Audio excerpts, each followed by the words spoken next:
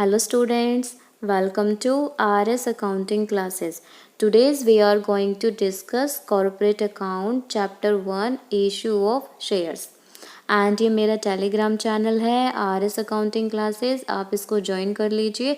यहाँ पर आपको आने वाले वीडियोस के अपडेट्स मिलती रहेंगे। इसके अलावा study material, syllabus PDF, sample papers, previous year papers वो आपको यहाँ पर अवेलेबल हो जाएंगे। So please join it. So आज का हमारा टॉपिक है इशू ऑफ शेयर्स। जो कंपनी होगी वो शेयर्स को इशू करेगी। अब शेयर्स क्या होते हैं, शेयर कैपिटल क्या होगी, टाइप्स ऑफ शेयर क्या होंगे और शेयर्स को इशू करने का क्या प्रोसेस है, इन सब को डिस्कस करने से पहले हम डिस्कस करेंगे कंपनी क्या है। Company is a form of business organisation.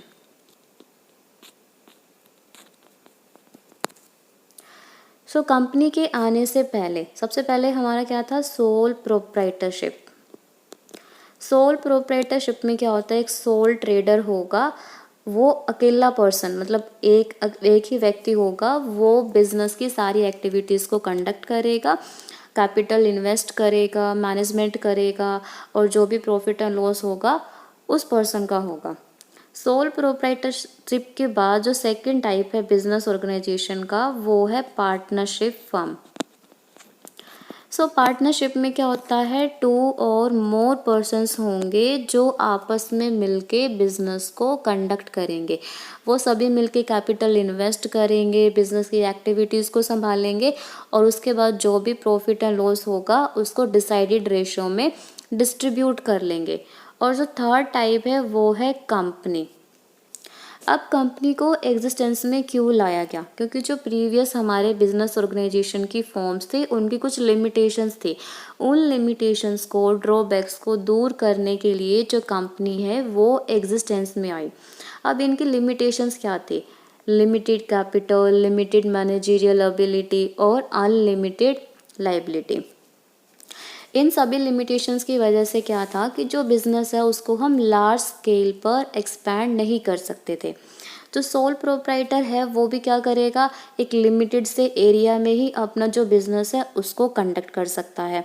और जो पार्टनरशिप फॉर्म में जो पार्टनर्स होंगे उनकी कैपेसिटी भी क्या थी, लिमिटेड थी। और सबसे मेन ड्रॉबैक क्या थी, अनलिमिटेड लायबिलिटी। इट मीन्स अगर फर्म को कोई भी लॉस होता है तो जो पार्टनर्स की पर्सनल प्रॉपर्टी होगी वो लायबल होगी उस लॉस को रिकवर करने के लिए। तो इन सभी लिमिटेशंस को दूर किसने किया, कंपनी ने। Meaning of company, a company is an artificial person created by law having separate entity with the perpetual succession and a common seal. इस डेफिनेशन से आपको जो कंपनी की फीचर्स हैं वो भी क्लियर हो जाएंगे। सबसे पहले क्या है, कंपनी एक आर्टिफिशियल पर्सन है। तो कंपनी एक नेचुरल पर्सन नहीं है, तो कैसा पर्सन है, एक आर्टिफिशियल पर्सन है जिसको किसने क्रिएट किया है, लॉ ने। इसका मतलब ये हुआ कि जो कंपनी की फॉर्मेशन है वो कैसे होगी, लीगल प्रोसीजर से। उसका रजिस्ट्रेशन करवाना पड़ेगा अगर हमने कंपनी को फॉर्म करना है। हैविंग सेपरेट एंटिटी, और जो कंपनी की एंटिटी है, आइडेंटिटी है, पहचान है, वो क्या है, उसके मेंबर से सेपरेट है। With a perpetual succession, perpetual succession का मतलब होता है कि मेंबर्स, कंपनी के जो मेंबर्स हैं वो कंपनी में आए या कंपनी को छोड़ के जाए, उससे कंपनी की आइडेंटिटी पर कोई भी फर्क नहीं पड़ेगा। एंड अ कॉमन सील, तो जैसे हम तो नेचुरल पर्सन है, हम अपने सिग्नेचर अपने हैंड से कर सकते हैं, राइट। लेकिन कंपनी क्या है, एक आर्टिफिशियल पर्सन, तो वो अपने सिग्नेचर खुद नहीं कर सकती, इसलिए कंपनी की क्या होती है, कॉमन सील होती है। जो भी डॉक्यूमेंट्स होंगे उन डॉक्यूमेंट्स पर कंपनी की जो स्टैंप है, कॉमन सील है, वो लगी होगी। अगर जिस डॉक्यूमेंट पे कंपनी की कॉमन सील नहीं है तो उस चीज़ के लिए कंपनी लायबल नहीं होगी। कैरेक्टरिस्टिक्स ऑफ अ कंपनी, तो first is separate legal entity. तो कंपनी क्या है, एक लीगल पर्सन है और जो उसकी एंटिटी है वो उसके मेंबर से सेपरेट है, अलग है। मतलब ये हुआ कि जो कंपनी है उसकी पहचान अलग होगी और उसके मेंबर्स की एंटिटी अलग होगी। सो कंपनी अपने नेम से किसी भी प्रॉपर्टी को परचेज कर सकती है, सेल कर सकती है, अपने नेम से बैंक अकाउंट ओपन कर सकती है और किसी भी कॉन्ट्रैक्ट में एंटर कर सकती है।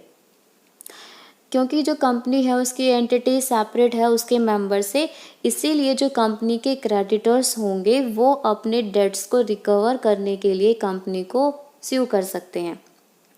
कंपनी के मेंबर्स को स्यू नहीं करेंगे, वो कंपनी को स्यू करेंगे। Second, it's perpetual existence. तो जो कंपनी की एग्जिस्टेंस होती है वो मेंबर्स की रिटायरमेंट से, डेथ से, लुएंसी का मतलब होता है पागलपन, और इंसोल्वेंसी मीन्स दिवालिया ऑफ इट्स मेंबर्स। तो उसके मेंबर चाहे रिटायर हो जाए, चाहे डेथ हो जाए, लुएंसी हो जाए या फिर इंसोल्वेंट हो जाए, उससे कंपनी के एग्जिस्टेंस पर कोई भी फर्क नहीं पड़ेगा। तो शेयर होल्डर्स में come and shareholders may go, but the company goes on forever. यानी कि जो मेंबर्स है वो आए या फिर जाए, कंपनी हमेशा चलती रहेगी। क्योंकि कंपनी को लॉ ने क्रिएट किया है तो जो कंपनी का डिसोल्यूशन होगा वो भी लीगल प्रोसीजर से ही होगा। थर्ड फीचर है लिमिटेड लाइबिलिटी। तो जो कंपनी में जो शेयर होल्डर्स होते हैं उनकी जो लाइबिलिटी होगी वो लिमिटेड रहेगी। फॉर एग्जांपल कि एक शेयर होल्डर है मिस्टर ए, इसने 10 रुपीज़ के शेयर परचेज किए थे और उसने 8 रुपीज़ हैं वो पे कर दिए, तो अब उसकी जो लाइबिलिटी बची वो सिर्फ 2 रुपीज़ की हुई। तो कंपनी मिस्टर ए से 2 रुपये से एक्स्ट्रा रुपीज़ नहीं मंगवा सकती। Common seal. तो जो कंपनी की कोई फिजिकल एग्जिस्टेंस नहीं है तो ज़रूरी है कि जो उसके डायरेक्टर्स एजेंट्स होते हैं यानी कि डायरेक्टर्स होते हैं वो कंपनी के बिहाफ पर एक्ट करेंगे। तो जितने भी डॉक्यूमेंट्स होंगे वो डायरेक्टर्स के द्वारा प्रिपेयर किए जाएंगे और हर डॉक्यूमेंट पे ज़रूरी है कि कंपनी की कॉमन सेल हो। जो कंपनी की कॉमन सेल होगी वो एक्ट करेगी एज एन ऑफिशियल सिग्नेचर कि कंपनी ने अपनी जो सिग्नेचर है वो कर दिए। इसलिए नेसेसरी है कि कंपनी के डॉक्यूमेंट पर जो स्टैंप है, कॉमन सील है, वो होनी चाहिए। Transferability of shares. तो जो कंपनी की कैपिटल होती है उसको पार्ट्स में डिवाइड किया जाता है और हर एक पार्ट को हम क्या कहेंगे, शेयर कहेंगे। अब जो ट्रांसफरेबिलिटी ऑफ शेयर्स है वो भी डिपेंड करती है कि कंपनी का टाइप क्या है, कि कंपनी पब्लिक कंपनी है या फिर प्राइवेट कंपनी है। तो जो प्राइवेट कंपनी होती है उसके मेंबर्स पर रिस्ट्रिक्शंस लगाई जाती है कि वो अपने शेयर्स को ट्रांसफ़र नहीं कर सकते। लेकिन अगर कंपनी कैसी है, पब्लिक, तो पब्लिक कंपनी के जो मेंबर्स होंगे, शेयर होल्डर्स होंगे, वो अपने शेयर को ईजिली ट्रांसफ़र कर सकते हैं। Separation of management from ownership. तो मैनेजमेंट का मतलब होता है जो कंपनी को चलाएंगे, उसकी मैनेजमेंट एक्टिविटीज़ को परफॉर्म करेंगे, मैनेजरियल एक्टिविटीज़ को। ओनरशिप क्या होगी, जो कंपनी में कैपिटल इन्वेस्ट करेंगे, कंपनी के शेयर्स को परचेज करने वाले पर्सन यानी कि शेयर होल्डर्स। तो जो फर्स्ट पॉइंट था सेपरेट लीगल एंटिटी, इस पॉइंट में तो हमने ये पढ़ा था कि जो कंपनी की एंटिटी है वो अलग है, कंपनी के मेंबर्स की जो आइडेंटिटी है वो अलग है। लेकिन यहाँ पे क्या होगा, जो कंपनी का ओनर है यानी कि जो ओनरशिप होगी वो अलग होगी और जो कंपनी को मैनेज करेंगे, डे टू डे एक्टिविटीज़ में पार्टिसिपेट करेंगे, वो पर्सन अलग होंगे। Kinds of a company. So जो जॉइंट स्टॉक कंपनी है उसको 3 पार्ट्स में डिवाइड किया गया। तो फर्स्ट क्या है, अनलिमिटेड कंपनी। ये तो नेम से ही सजेस्ट हो रहा है कि यहाँ पे जो मेंबर्स होंगे उनकी जो लाइबिलिटी होगी वो अनलिमिटेड होगी।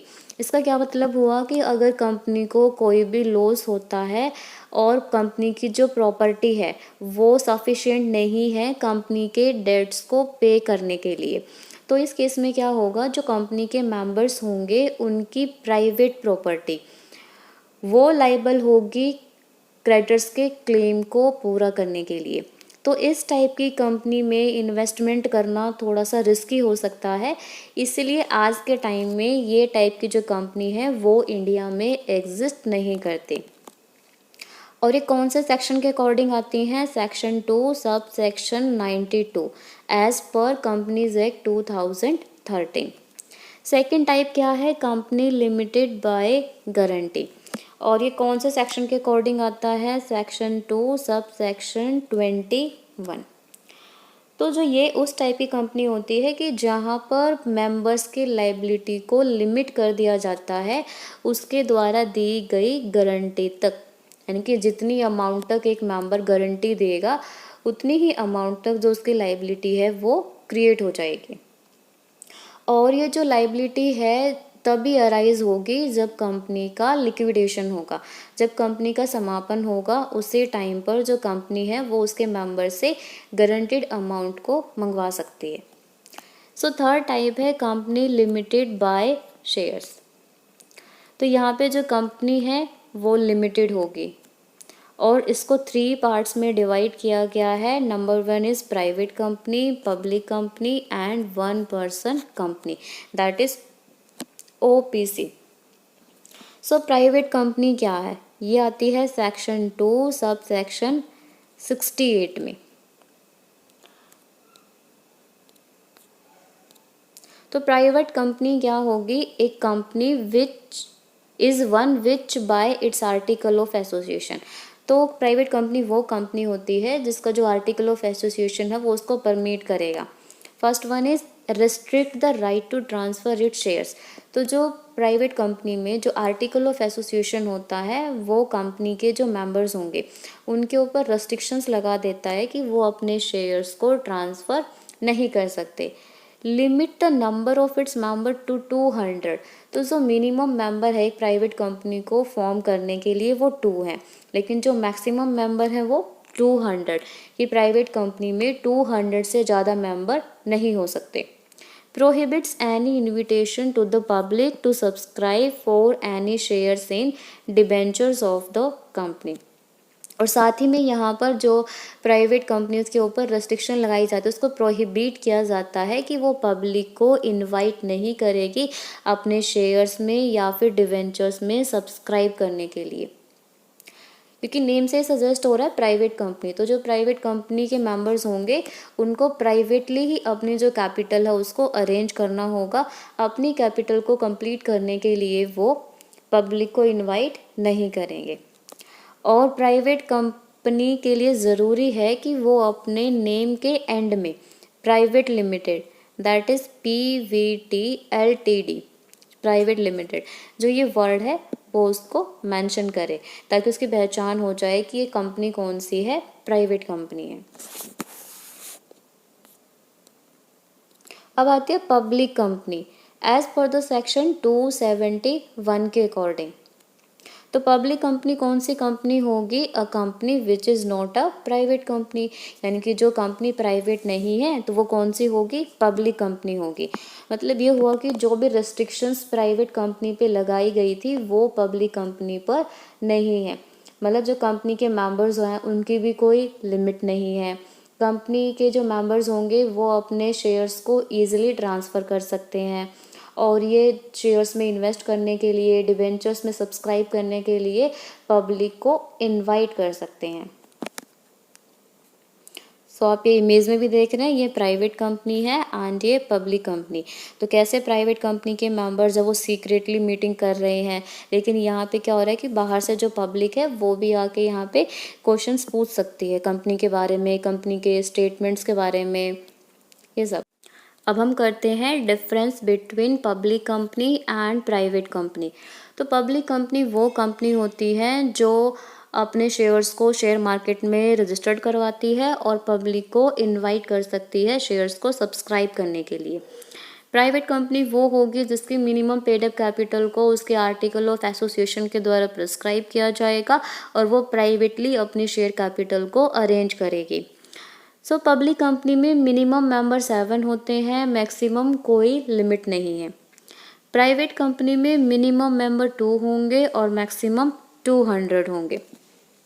पब्लिक कंपनी के मेंबर्स को, शेयर होल्डर्स को परमिशन दी गई है कि वो ईजिली अपने शेयर्स को ट्रांसफ़र कर सकते हैं दूसरे मेंबर को। और यहाँ पे जो प्राइवेट कंपनी में जो मेंबर्स होते हैं उनके ऊपर रेस्ट्रिक्शन लगाई गई है कि वो अपने शेयर्स को ईजिली ट्रांसफ़र नहीं कर सकते। अगर उनको ट्रांसफ़र करना है तो जो टर्म्स एंड कंडीशन होंगी वो आर्टिकल ऑफ एसोसिएशन में प्रेस्क्राइब्ड होंगे। और यहाँ पे जो मिनिमम डायरेक्टर हैं कि एटलीस्ट 3 डायरेक्टर्स हैं वो पब्लिक कंपनी में होने चाहिए और मैक्सिमम 15 डायरेक्टर्स। प्राइवेट कंपनी में कम से कम 2 डायरेक्टर्स होने चाहिए और मैक्सिमम 15। जो कंपनी के नेम के एंड में यहाँ पे जो वर्ड लिमिटेड है वो यूज़ किया जाएगा पब्लिक कंपनी के केस में, और प्राइवेट कंपनी के केस में जो प्राइवेट लिमिटेड वर्ड है वो यूज़ किया जाएगा कंपनी के नेम के एंड में। जो फंड है यहाँ पे पब्लिक कंपनी के लिए थोड़ा सा इजी हो जाता है क्योंकि वो अपने शेयर्स को, अपनी सिक्योरिटी को पब्लिक को सब्सक्राइब करने के लिए इशू कर सकती है, पब्लिक को इनवाइट कर सकती है। लेकिन यहाँ पे जो भी कंपनी का फंड होगा उसको कैसे रेज किया जाएगा, जो भी कंपनी के मेंबर्स होंगे उनकी म्यूचुअल कंसेंट से। अब जो हमारा थर्ड टाइप है वो है 1 person company, that is OPC। Section 262 के अंडर जो OPC है उसको डिफाइन किया गया है। तो पब्लिक कंपनी और प्राइवेट कंपनी के अलावा एक और टाइप है कंपनी का, वो है OPC। तो OPC क्या होता है? एक प्राइवेट लिमिटेड कंपनी ही होती है जिसमें एक पर्सन होगा एज इट्स मेंबर। तो नेम से ही सजेस्ट हो रहा है कि 1 पर्सन कंपनी, ये एक ही व्यक्ति की कंपनी होंगी। और यहाँ पे जो रूल्स हैं वो एप्लीकेबल होंगे OPC पे। First is member of OPC। ये तो हमें पता चल गया कि जो कंपनी का मेंबर होगा वो एक ही होगा और ज़रूरी है कि वो मेंबर कैसा हो, नेचुरल पर्सन होना चाहिए। तो जो प्राइवेट कंपनी है, पब्लिक कंपनी है, उनमें नेसेसरी नहीं है कि सारे मेंबर्स हैं जो नेचुरल ही हो। वहाँ पर जो आर्टिफिशियल पर्सन है, आर्टिफिशियल मेंबर्स हैं, वो भी कंपनी को ज्वाइन कर सकते हैं, कंपनी के मेंबर बन सकते हैं। लेकिन OPC को कंडक्ट करने के लिए, फॉर्म करने के लिए नेसेसरी है कि जो भी मेंबर होगा वो नेचुरल होना चाहिए और वो इंडियन रेजिडेंट होना चाहिए। मतलब वो प्रीवियस ईयर में कम से कम 182 डेज के लिए इंडिया में रहा हो। उस पर्सन को हम कहते हैं कि वो इंडिया का रेजिडेंट है।